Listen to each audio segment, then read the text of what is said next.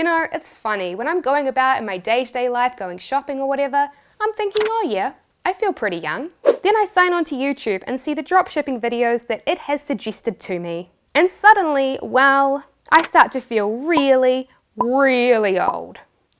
I'm sure a lot of my viewers here who are over the age of 21 understand how I feel that way sometimes. In this industry, I feel ancient. Like a lot of young dropshippers today, I got into the industry when I was just a teenager, which means that I've actually been in it for quite a long time. But the one consolation that I have for the loss of my teenage vitality, energy, and sharp mind is the wisdom that I have acquired through experience, or at least that's what I like to tell myself. And I'll tell you now, the history of dropshipping teaches us a lot, and it gives us some very important lessons that are still relevant today. Now my guess is, while you've been watching this, you'll probably be thinking, well, why is Sarah wearing this? Well, it's because, my friends, today we are going on a journey back in time to see how dropshipping began, how it's changed over the years, and what that means for us today. So let's go straight to the beginnings of dropshipping and see where it all began, and its origins may surprise you. Now, to be honest with you, I have yet to actually test this contraption and go back in time, but according to my calculations, we have at least an 87% chance of making it back safely in mostly one piece. Alright, let's do this.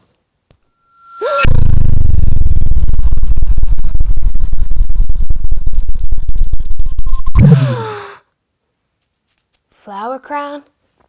Tie-dye shirt? Yes, yes! It worked! My time machine worked!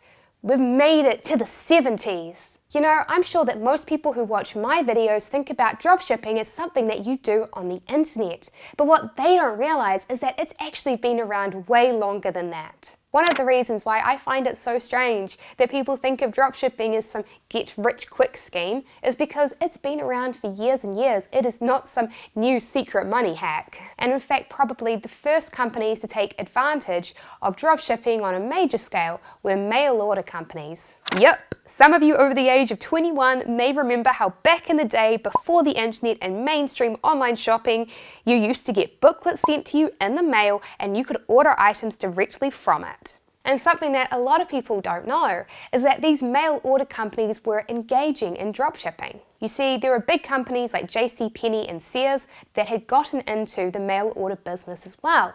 And what they realized was that they needed to have an efficient way to ship out individual items to customers. So in the 60s and the 70s, these companies started to create these revolutionary fulfillment centers to do exactly that. These fulfillment centers, or storage warehouses, were designed so that you could store lots of items in bulk, yet very quickly find an individual item that a customer had ordered. And the ability to do this has a term in the e-commerce world, and that is to pick.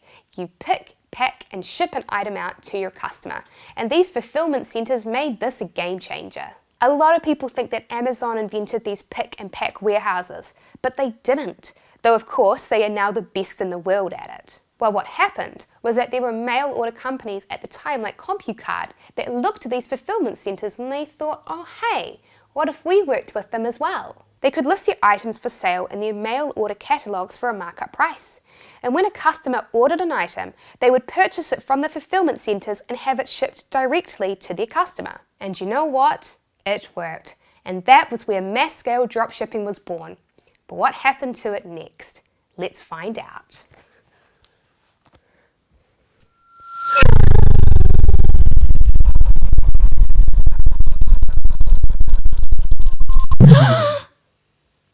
Pigtails, choker necklace, Spice Girls. Yes, yes, it worked. We've arrived in the 90s.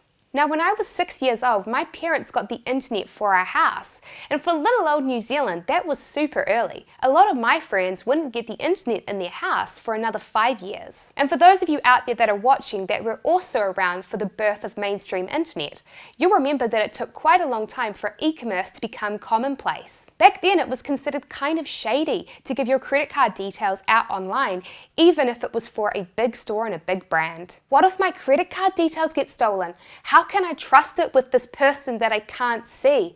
There were a lot of fears about buying things on the internet. But obviously over time, attitudes changed and it became more and more acceptable to purchase things online. And as more and more people did this, the dropshipping .com boom began to explode and the bubble began to grow. The .com bubble was a period of a few years where some online stores with fancy names popped up out of nowhere and made huge promises to investors, riding on the hype of this new thing called e-commerce. Basically, these stores came to investors and they said to them, hey, we're going to become super successful and really profitable off of this new thing called e-commerce, as long as you give us some money right now so that we can grow. And investors did give them money. They gave them a lot of money. Probably the most notorious player in the .com bubble was Pets.com. It was an online store dedicated to selling pet supplies. Pets.com were very clever. They were able to raise millions and millions of dollars over their short 2-year lifespan by creating a huge marketing hype campaign. They even spent millions of dollars to run ads for the 1999 and 2000 Super Bowl games, which made their little sock puppet mascot famous across the USA. But here was the problem. For Pets.com and other .com bubble casualties, they had a great domain name, they had a website, and they had a fantastic marketing team. But they didn't have a warehouse and they didn't have inventory. So what did they do? Well, just like the mail order companies, they turned to dropshipping. Unfortunately, unlike for the mail order companies, dropshipping did not work out this time. Why? Well, because it had become very expensive. Up until the age of the internet, customers didn't really mind if it took 4 to 6 weeks for the items to arrive. Simply having items shipped to their door was a huge novelty. But by the 90s, things had changed and big companies and brands wanted to make the shipping times faster. So USA fulfillment centers stepped up their game so that they could match these expectations. And the results were that the cost for dropshipping also went way up. And for Pets.com, it was a huge disaster. They were selling items for 1/3 of what it cost them to buy it and ship it to the customer. By the end of 2001, it wasn't just the Spice Girls who had disappeared. These e-commerce companies that had been relying on these expensive dropshippers had disappeared as well, along with the trillions of dollars invested in them. Yes, it's looking quite bleak right now, but great things are born out of disasters. So let's continue on our journey and see how dropshipping managed to bounce back.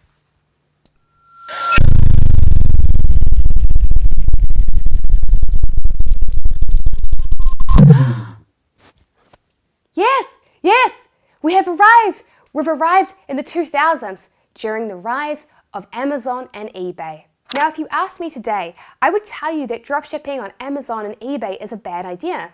But for a while there, it was great. So far on our journey into the past, we've seen that multi-million-dollar companies have taken advantage of dropshipping.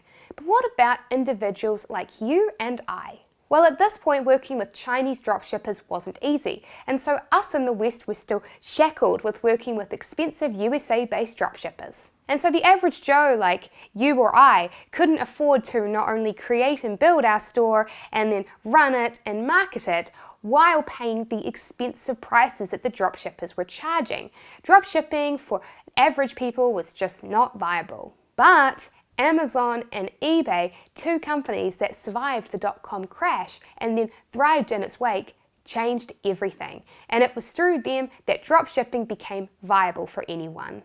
If you sell on Amazon or eBay, you don't need to set up a website because they take care of that for you. And perhaps more importantly, if you sell on Amazon or eBay, you don't need to worry about advertising because they do that for you and they get customers to their site. And that was especially relevant back then because Facebook advertising didn't get released until the year of 2007, and it took several years for it to become the amazing advertising platform that it is today. Back then, your best bet were Google Ads. And while the traffic quality was and still is to this day very high quality, it was and still is to this day very expensive, a lot more expensive than Facebook ads. And so even though it was still expensive to work with USA-based dropshippers, because of the fact that you now no longer had to create your own site and you didn't have to market it yourself, dropshipping became viable for everyone. And it was during this period in my teenage years that I entered the dropshipping and e-commerce space. And actually, working with USA-based dropshippers on Amazon not Chinese dropshippers, still remains a viable strategy to this day. However, there were some policy changes in late 2017 that have made that method less beginner-friendly. On the surface, it looked like dropshipping had reached its golden age. Anyone could build a profitable dropshipping business. But actually, what we didn't realize then was that it was only just beginning.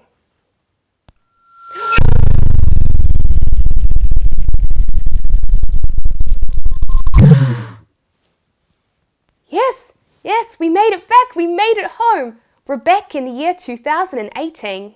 You see, the 2010s have been huge for dropshipping, and it all actually started back in 2010 when Alibaba released Aliexpress.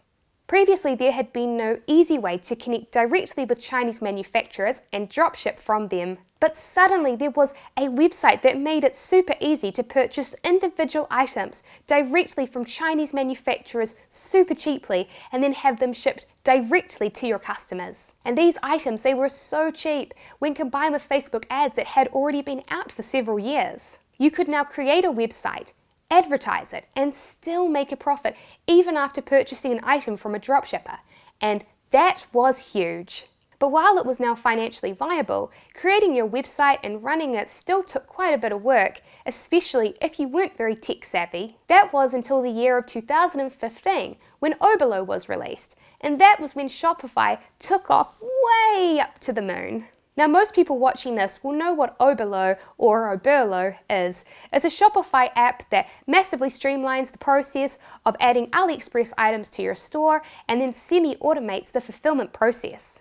And in 2017, Shopify acquired Oberlo for $15 million, cementing it further as the leading store platform for individual dropshippers. Now, not only did you have access to cheap items from dropshippers thanks to AliExpress, you also had access to cheap ads thanks to Facebook, and you could create a semi-automated dropshipping store in less than an hour with Shopify.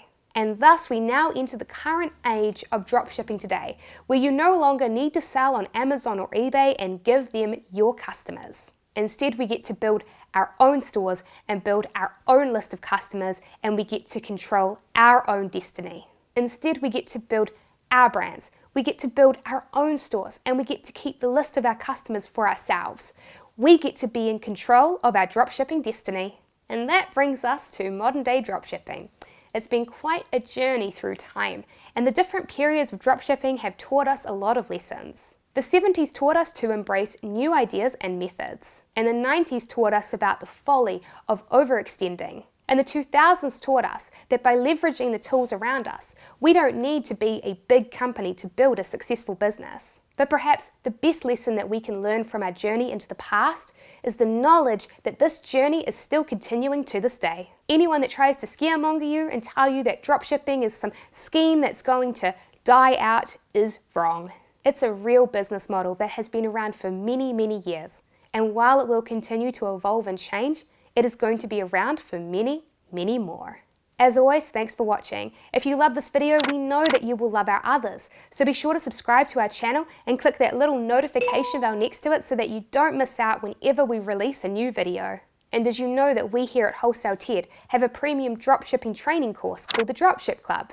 It teaches AliExpress dropshipping step by step, and it is perfect for beginners. And you can find a link to how you can join it in the video description below. And before you run away, I've got one last freebie that I'd love to give you. Here at Wholesale TED, we have a free ebook, How to Make $10,000 a Month Online with Dropshipping. You'll find a link on how you can download it in the video description below.